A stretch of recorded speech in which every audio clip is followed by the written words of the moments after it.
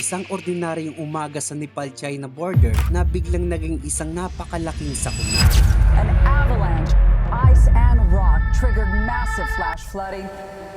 Sa loob lang ng ilang minuto, rumaragasang tubig, putik, bato at yelo ang bumaba mula sa Himalayas at tinangay ang mga kalsada, tulay, bahay at iba pang infrastruktura. Pero ang mas nakakatakot, hindi ito simpleng flash flood. May nangyaring napakalaking collapse sa bundok na nag-trigger ng chain reaction. Noong August 26, 2026, malapit sa Rosawa District ng Nepal, isang malaking ice in rock collapse ang naganap sa Himalayan region malapit sa border ng China.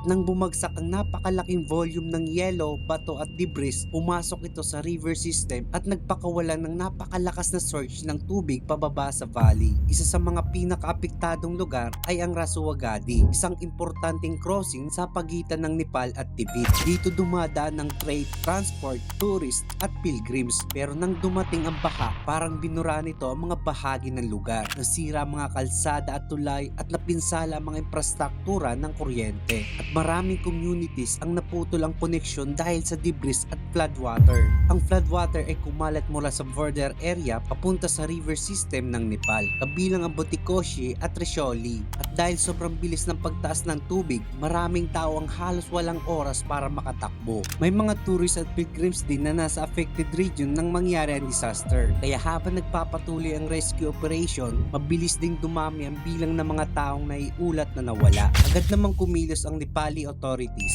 Gumamit sila ng helicopters para maghanap ng survivors at magdala ng emergency supplies sa mga lugar na mahirap maabot. May international assistance din na ipinadala habang patuloy ang search and rescue operation. Pero may malaking problema. Maraming roads at bridges ang nasira. May mga lugar na nawalan ng electricity at communications. At dahil mountainous ang terrain, sobrang hirap para sa rescuers na makarating sa ilang isolated areas.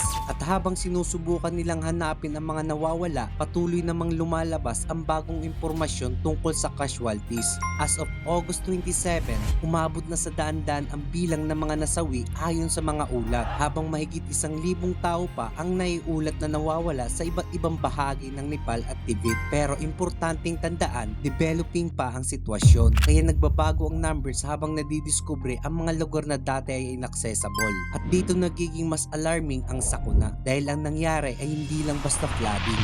Ipinapakita dito kung gaano kabilis maaaring maging isang malaking kalamidad ang pabago-bago at hindi matatag na lupain ng Himalayas. At ayon sa scientists, ang event ay nauugnay sa collapse ng glacier, ice at rock mass sa mataas na bahagi ng Himalayas. May seismic signal din na na-record kasabay ng event na nauna ng mapagkamalang earthquake. Pero ayon sa US Geological Survey, ang seismic event ay resulta ng glacial collapse mismo. Ibig sabihin, hindi isang ordinaryong earthquake ang nag-trigger ng baha. Ang mismong pagbagsak ng ice at rock ang nagpakawala ng napakalaking enerhiya at debris papunta sa river valley. At ang pinakamalaking tanong ngayon, bakit nagiging mas vulnerable ang Himalayas sa ganitong klase ng sakuna? Habang umiinit ang Himalayan region at patuloy na nagbabago ang glaciers, mas kailangan ng scientists at government na pag-aralan kung paano maaga matutukoy ang ganitong panganib. Dahil sa Himalayas, minsan hindi mo kailangang hintayin ng ulan para magkaroon ng flash flood. Isang collapse lang sa taas ng bundok at ilang minuto lang ang pagitan bago maramdaman ng mga komunidad sa ibaba ang epekto.